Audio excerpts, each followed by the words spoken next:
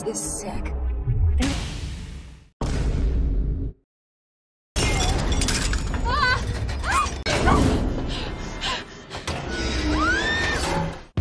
Good morning, everyone. Hey, you're lost. I'm a guide. So what do you say? All you have to remember is that everything will be okay. Oh my god! Are you okay, Aaron? You didn't tell anyone where you were going.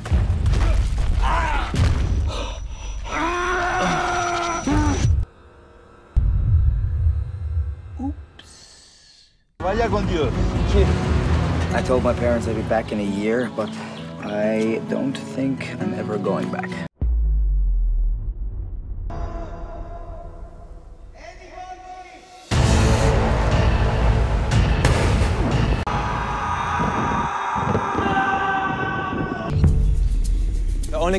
List में पहली film है fall. Film की कहानी बैकी और Hunter नाम की दो लड़कियों पर फोकस करती है।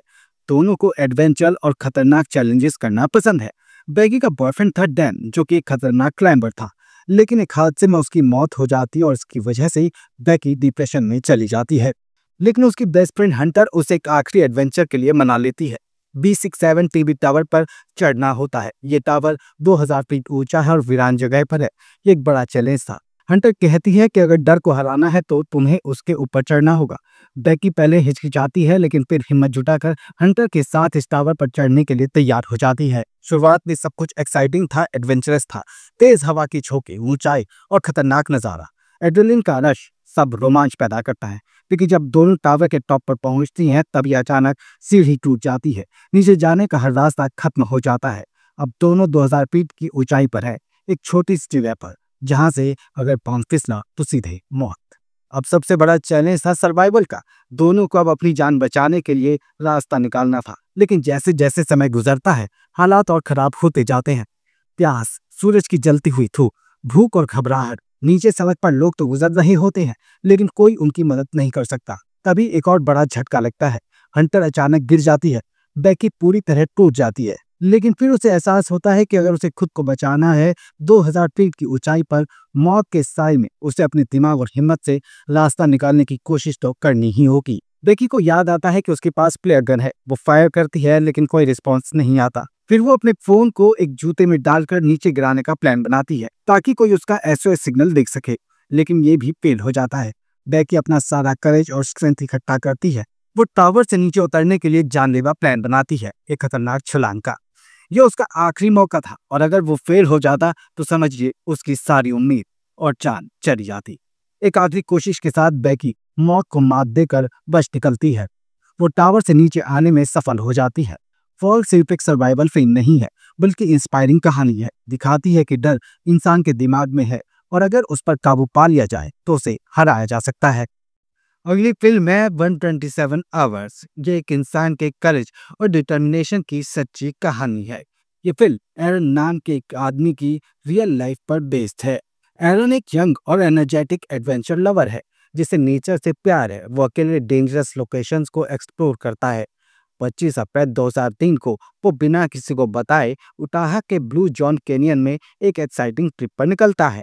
ये जगह जितनी खूबसूरत है, उससे कहीं ज्यादा खतरनाक। एरन के बैग में सिर्फ कुछ जरूरी सामान होता है, पानी, एक छोटी सी बोतल, कुछ स्नैक्स और एक कैमरा, जिससे वो अपने एडवेंचर्स के क्लिप्स रिकॉर्ड करता है। लेकिन तभी अचानक एक बड़ी चट्टान उसके साथ गिर जाती है। उसका सीधा हाथ पत्थर में फंस जाता है। एरन पूरी ताकत लगाकर अपने हाथ को छुड़ाने की कोशिश करता है, लेकिन वो बड़ी सी चट्टान हिलती तक नहीं। अब धीरे धीरे उसे एहसास होता है कि वो गहरी आइसोलेटेड खाई में फंस चुका है, जहां से उसकी चीखें किसी तक नहीं पहुंच सकती। पहले दिन वो हिम्मत से भरा होता है। उसे लगता है कि कोई ना कोई उसे तलाश जरूर करेगा, लेकिन उसे याद आता है कि उसने किसी को अपनी लोकेशन नहीं बताई है, यानी कोई नहीं जानता कि वो कहाँ है। उसकी पानी की बोतल में थोड़ा ही पानी बचा होता है। खाने के नाम पर सिर्फ कुछ एनर्जी बार्स और नट्स होते हैं। उसके पास सिर्फ एक छोटी सी नाइफ होती है, जिससे पत्थर को काटना नामुमकिन था। घटना के दूसरे और तीसरे दिन वो अपने हाथ को निकालने की कोशिश करता है, लेकिन हर बार फेल हो जाता है। डिहाइड्रेशन की वजह से उसकी तबीयत खराब होने लगती है। चौथे और पांचवें दिन एरन को हेलुसिनेशन होने लगते हैं। उसे अपने पेरेंट्स, दोस्त याद आने लगते हैं। उसे अपने फ्यूचर के सपने भी याद आते हैं। कैमरे से वो खुद के सर्वाइवल के मैसेज रिकॉर्ड करने लगता है। वो समझ जाता है कि अगर उसने कुछ ड्रास्टिक नहीं किया तो उसकी मौत यहीं हो जाएगी। छठे दिन एरन की बॉडी बहुत वीक हो जाती है, पानी खत्म हो गया होता है और उसे अपनी मौत करीब लग रही होती है। लेकिन तभी उसके दिमाग में एक आइडिया कौंधता है, अगर वो अपना हाथ काट दे तो वो बच सकता है। ये सोचते ही उसे एड्रेनलिन रश हो जाता है, लेकिन ये इतना आसान नहीं था। उसके पास सिर्फ एक ब्लंट नाइफ थी जिससे हड्डी काटना इम्पॉसिबल था। आखिरकार वो अपने हाथ की हड्डी को तोड़ने के लिए पत्थर का सहारा लेता है।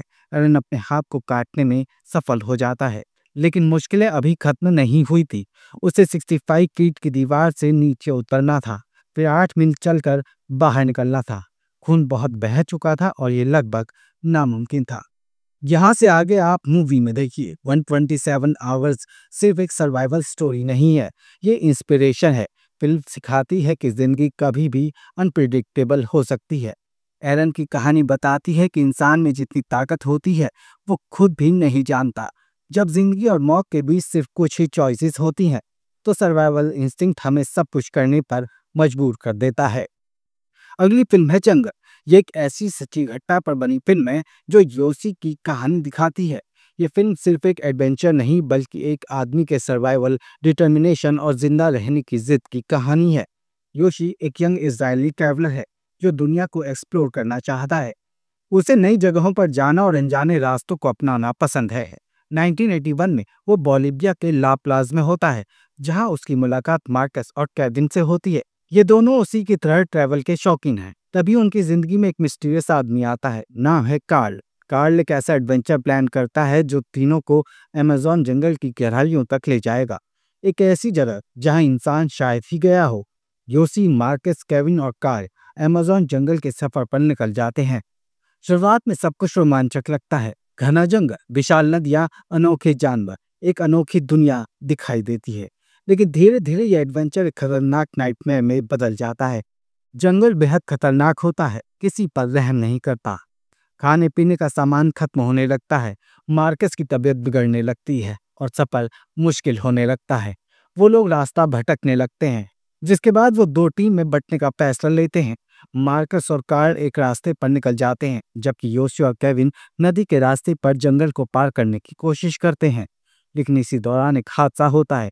उनका राफ्ट एक चट्टान से टकरा जाता है।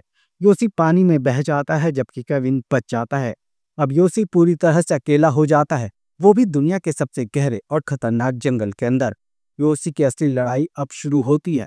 उसके पास खाने के लिए कुछ नहीं होता।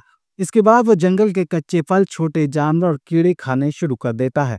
बारिश के पानी को इकट्ठा करके पीने लगता है। लेकिन जंगल की असली मुसीबत तो आना भी बाकी था।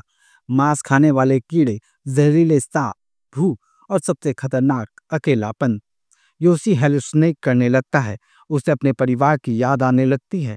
कई बार उसे लगने लगता है कि वो बच नहीं पाएगा, लेकिन फिर भी वो हार नहीं मानता।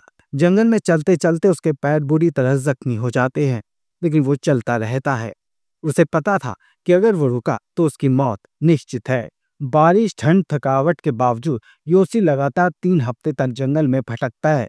उसे खुद भी यकीन नहीं होता कि वो जिंदा है, लेकिन किस्मत ने उसका साथ दिया। केविन, जो उसे खोजने के लिए वापस आया था, एक लोकल रेस्क्यू की टीम के साथ उसको तलाश कर लेता है और योशी की जान बच जाती है। ये फिल्म दिखाती है कि जब इंसान के पास कोई ऑप्शन नहीं होता है तो उसकी सर्वाइवल इंस्टिंक्ट उसे वो करने पर मजबूर कर देती है जो उसने कभी नहीं सोचा होता। तो इस वीडियो में फिलहाल के लिए इतना ही। ऐसे ही दूसरी मूवी लिस्ट के लिए सब्सक्राइब करें हमारे चैनल को।